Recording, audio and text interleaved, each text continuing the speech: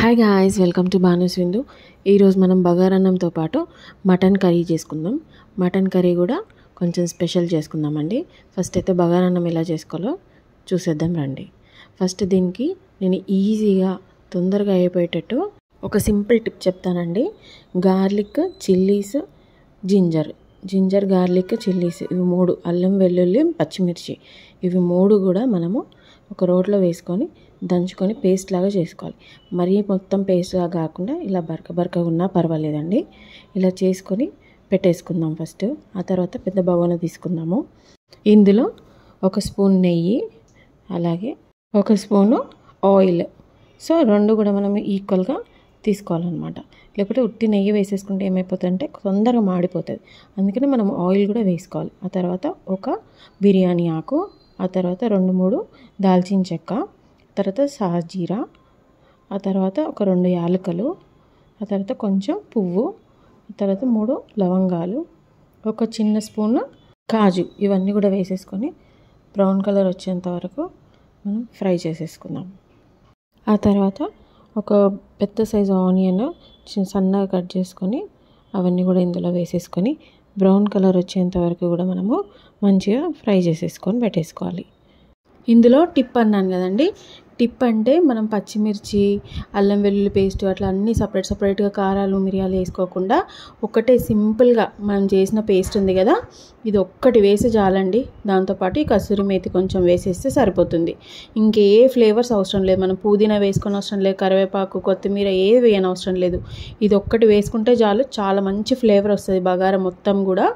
ఇవన్నీ వేగిపోయాయి కదా, వాటర్ పోసేసుకోవాలి. 2 గ్లాసెస్ వాటర్ పోస్తున్నానండి. నేను 1 గ్లాస్ బాస్మతి రైస్ నానబెట్టాను, ఒక 1/2 అవర్ నానబెట్టాను.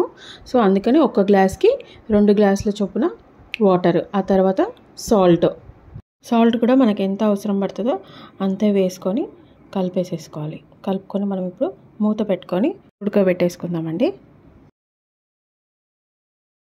ఒక 5 మినిట్స్లో మసిలిపోతుంది.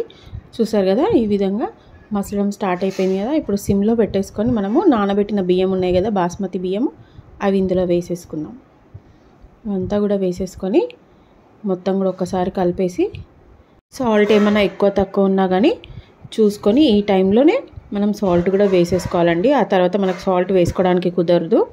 సో ఇందులోనే వాటర్లోనే మనం సాల్ట్ వేసేసుకొని మూత పెట్టేసుకొని బాయిల్కి పెట్టేద్దాము. ఒక 5 to 7 మినిట్స్లో మనకి ఇలా ఉడకడం స్టార్ట్ అయిపోతుంది. ఆల్మోస్ట్ ఇది అయిపోయినట్టేనండి. చూసారు కదా, ఇలా పొడిగా మనకి బగారా రైస్ రెడీ అయిపోయిందండి. చాలా సింపుల్, మీరు కూడా ట్రై చేయండి. ఇప్పుడు మనం మటన్ కర్రీ ఎలా చేసుకోవాలో చూద్దాం. మిక్సీ జార్లో చిన్న ఆనియన్స్ లేని వాళ్ళు పెద్దవి కూడా ముక్కలుగా కట్ చేసుకొని వేసుకోవచ్చు. 4 పచ్చిమిరపకాయలు, 4 లవంగాలు, అలాగే 2 దాల్చిన చెక్క ముక్కలు, 2 ఇలాచీ, ఆ తర్వాత కొంచెం ధనియాలు, కొంచెం జీలకర్ర, మిరియాలు, కొంచెం అల్లం వెల్లుల్లి పేస్ట్ సపరేట్ ఏమైనా అవసరం లేదండి, మిక్సీకి వేసి సరిపోతుంది. కొంచెం జీడిపప్పు, అలాగే కొంచెం పుట్నాలు, గసగసాలు, ఆ తర్వాత పచ్చి కొబ్బరి, ఇవన్నీ వేసి మనం గ్రైండ్ చేసుకుందామండి. ఇవన్నీ కూడా మనము మసాలా కోసం వేస్తున్నాము. ఈ మసాలా ఏంటంటే వైట్ మసాలా, ఇంకా మనం కారం అనేది వేయమన్నమాట. ఇదే మొత్తానికి సరిపడా మసాలా. సో కుక్కర్లో కొంచెం ఆయిల్ వేసేసుకుందాము. కర్రీకి సరిపడా ఆయిల్ పోసేసుకొని అందులో కొంచెం సోంపు వేసుకుందాం. సోంపు వేసుకొని ఆనియన్స్ పొడుగా కట్ చేసుకోవచ్చు, చిన్నగా మనకి ఎట్లా కన్వీనియంట్గా ఉంటే అట్లా కట్ చేసుకొని అందులో వేసేసుకోవాలి. వేసుకొని ఇవి వేగేంత వరకు మనం ఫ్రై చేసేసుకుందాం.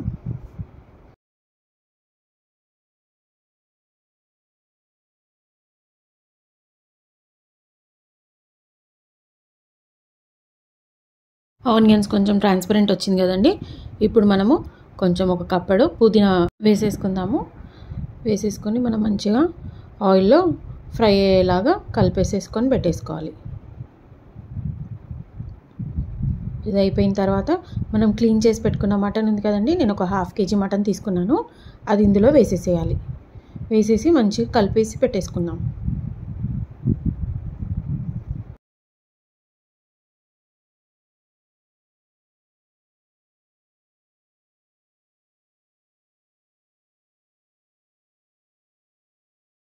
ఇదంతా ఒక్కసారి కలుపుకున్న తర్వాత సాల్ట్ వేసుకుందామండి. 1 స్పూన్ సాల్ట్ వేసుకొని కలిపేసుకుందాము.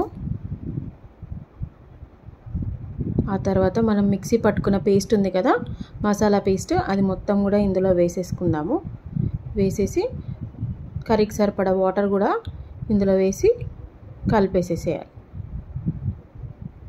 ఒక్కసారి మనం మొత్తం కూడా కర్రీని కలిపేద్దామండి.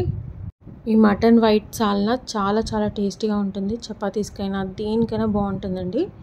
బగారా రైస్కి, ప్లెయిన్ రైస్కి అన్నిటికీ బాగుంటుంది. సో ఇప్పుడు మనం కలిపాం కదా, కుక్కర్ మూత పెట్టేసుకొని ఒక 5 విజిల్స్ మనము మూత పెట్టి విజిల్ పెట్టేసి ఉడకబెట్టేద్దాము. ఒక 5 విజిల్స్ తర్వాత చూడండి, ఆల్మోస్ట్ మొత్తం అయిపోయింది. ఆయిల్ అంతా కూడా పైకి తేలిపోయింది కదండి. అయిపోయినట్టే కర్రీ మనకి. అంతే, ఇంకా తీసుకొని మనము సర్వ్ చేసుకోవడమే. బగారన్నంలో వేసుకొని తింటే చాలా చాలా బాగుంటుందండి. లాస్ట్గా కొత్తిమీర వేసి గార్నిష్ చేసేసుకుందాము. ఒకసారి మీరు కూడా ట్రై చేయండి. ఇంకా భానుస్ విందుని సబ్స్క్రైబ్ చేయని వాళ్ళు ప్లీజ్ డూ సబ్స్క్రైబ్ భానుస్ విందు. చపాతీస్లో కానీ బగారా రైస్లో కానీ ఈ మటన్ వైట్ సాల్నా చాలా టేస్టీగా ఉంటుంది. ట్రై చేసి చూడండి. Thank you for watching.